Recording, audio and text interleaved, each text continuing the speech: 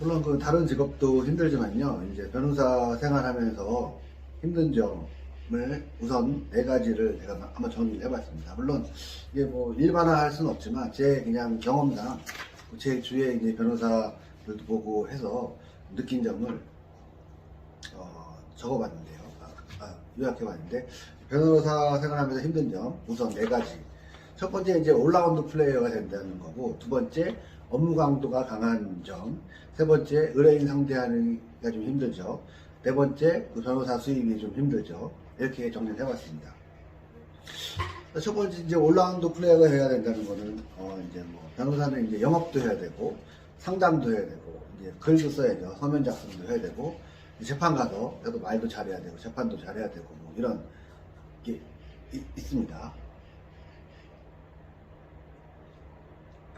일반적인 규모의 회사라면 뭐 영업팀 뭐 이렇게 뭐 재판팀 이렇게 나눠져 상담팀 이렇게 나눠져 있을 수 있지만 변호사는 보통 이게 여러 가지를 다 잘해야 되는 거죠. 여러 가지를 다 잘해야 되다 보니까 업무 강도가 셀 수밖에 없죠. 할 게 많으니까요.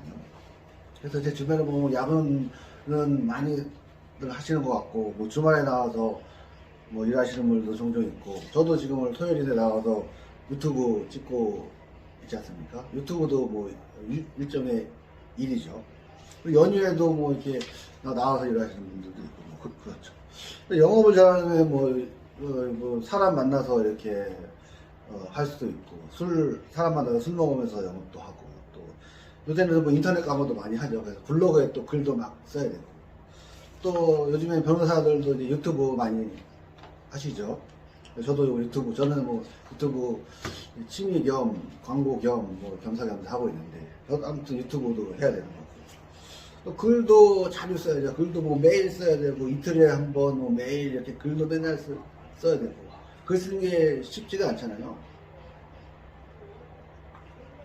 그런데 글도 자주 써야 되고, 또 재판 준비해야 돼. 재판을 딱 몇 월 며칠 몇 시 재판 하면 그때 옛날 시험 준비하듯이 이제 해야 되는 거예요. 그러니까 재판 날짜가 항상 정해져 있으면 약간 시험 날짜가 정해져 있는 느낌? 그렇기 때문에 이제 항상 시험을 준비하는 자세로 하기 때문에 약간은 항상 좀 긴장 상태도 있고, 실제 재판에 들어가면 뭐 긴장도 많이 되고, 그렇죠. 그래서 이제 그러다 보면 뭐 연휴가 있어도 재판 날짜가 다음에 있으면은 그 재판을 준비를 해야 되기 때문에 연휴에도 편히 쉴 수가 없는 거죠. 뭐 그런 게 있는 거죠. 그리고 이제 수시 상담이 많아요, 요새. 요새 옛날에는 이제 휴대폰도 없고 하면 이제 사람들이 변호사랑 통화하고 싶으면은 변호사 사무실로 전화를 하죠. 변호사 사무실 전화해서 변호사님 계신가요? 그러면은 뭐 있어도 없어요, 뭐 어디 가셨어요, 뭐 이렇게 하면은 뭐 상담을 피할 수가 있는데, 안 할 수가 있는데, 요즘에는 이제 휴대폰 전화를 많이 공개하다 보니까 수시로 상담, 질문 이런 게 많이 들어오죠. 의뢰인한테. 그래서 밥 먹다가 이제 갑자기 와서 뭐 상담돼요? 뭐 이거 좀 물어보자. 뭐 그래서 이렇게 하고, 뭐 주말에도 막 전화 오고, 심지어 밤에도 전화 오고, 또 이제 낮에 평일날 한번 쉬는 날인데 이렇게 낮잠 자고 있는데 또 전화 와서 이제 상담해요? 뭐 질문 좀 할게요. 뭐 그러기도 하고. 또 이제 회식이나 저녁에 모임이 있는데 모임에서 이제 즐겁게 사람들하고 얘기도 하고 술도 마시고 그러고 있는데 갑자기 또 전화 와서 상담돼요? 요즘 뭐 좀 물어보자. 뭐. 아무튼 이제 수시 상담이 많기 때문에 그런 것도 이제 변호사들을 좀 힘들게 하는 게 있죠. 그래서 변호사들이 좀 바쁘다 보니까 변호사들이 여유가 없어요. 그래서 밥 먹을 때도 보면 좀 여유 있게 좀 즐겁게 음식도 즐기고 경치도 뭐 있으면 즐기고 뭐 해야 되는데, 뭐 시간에 쫓기듯이 뭐 또 재판 가야 된다 그러고 뭐 시간에 쫓기듯이 막 이렇게 먹고 뭐 그런 하니까 좀 그런 재미가 없죠. 밥 먹는 재미가 좀 많이 반감된다. 그것도 법원에서는 뭐 또 가끔 뭐 언제까지 언제까지 해라, 언제까지 해라 막 이렇게 기간을 정해서 뭐 하라고는 명령이 많이 종종 오죠. 이제 그런 것도 뭐 스트레스, 뭐 힘든 점이 하나죠. 의뢰인들도 이제 자기 사정이 이제 뭐라 그러지? 급박하고 뭐 절박하니까 변호사님 이거 빨리 좀 해주세요. 이거 좀 해주세요. 뭐 제 거 좀 우선하게 해주세요. 뭐 이런 식으로 많이 하시죠. 근데 그런 것도 약간의 압박이 되기도 하죠. 그 다음에 또 이제 세 번째로 의뢰인 상대하는 게 쉬운 게 아니죠.